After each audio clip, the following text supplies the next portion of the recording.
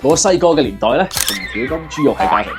飯，轉個頭其實就笑騎騎咁跑翻出去玩。身邊好多朋友仔都係咁，好似點打點鬧咧都冇事。但係而家咧有啲小朋友咧話多兩句係唔得㗎，好易就有情緒。係咪而家啲小朋友特別脆弱咧？嗱，我諗最大嘅唔同咧係依家嘅小朋友都缺少情緒嘅緩衝時間。嗱，我以前咧朝頭早俾媽咪鬧完咧，翻學俾老師罰完咧，放學鐘一響啦，咁就會同翻老 best 嘻嘻哈哈咁一齊去公園做啲人，上足上下足下有何冇 V 冇字解。到而家咧都仲記得。如果同朋友訴苦咧，就會變得鬥慘大會咁啦，大家一齊分享點解要俾媽咪罰啊，講下仲要有邊個最捱得，邊個最唔怕痛，一邊玩一邊揾到共鳴，注意力得到轉移啦，唔開心幾委屈都好，已經拋諸腦後。翻到屋企唔單止唔再嬲，仲可能因為偷偷地拎咗10幾蚊去網吧打機，而我媽完全唔知，仲煮飯俾我，深感呢個愧疚，然後就上演呢場父慈子孝嘅戲碼，成家坐翻低溫馨咁睇下電視，睇下真情。嗰陣時情緒咧係有時間俾我去自我修復。再睇下而家好多細蚊仔咧，放學由家長接送，冇晒成班同學一齊齊娃娃嘅時間，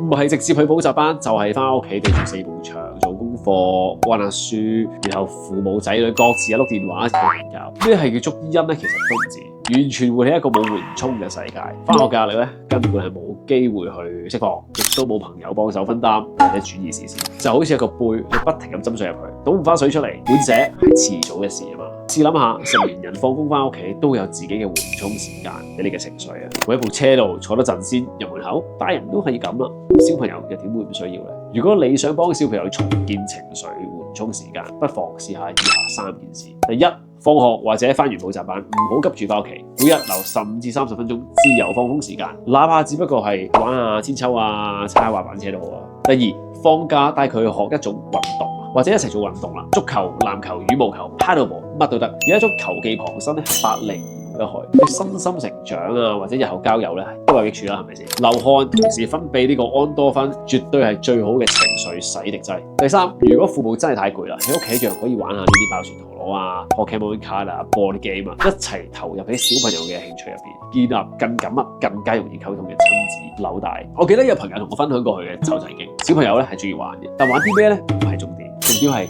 你有冇花時間陪佢玩，入去佢個情緒世界。如果你都認同，俾個 like 留個言，分享呢條片俾更加多嘅父母一齊去學習點樣做仔女嘅情緒緩衝區，而唔係壓力嘅來源。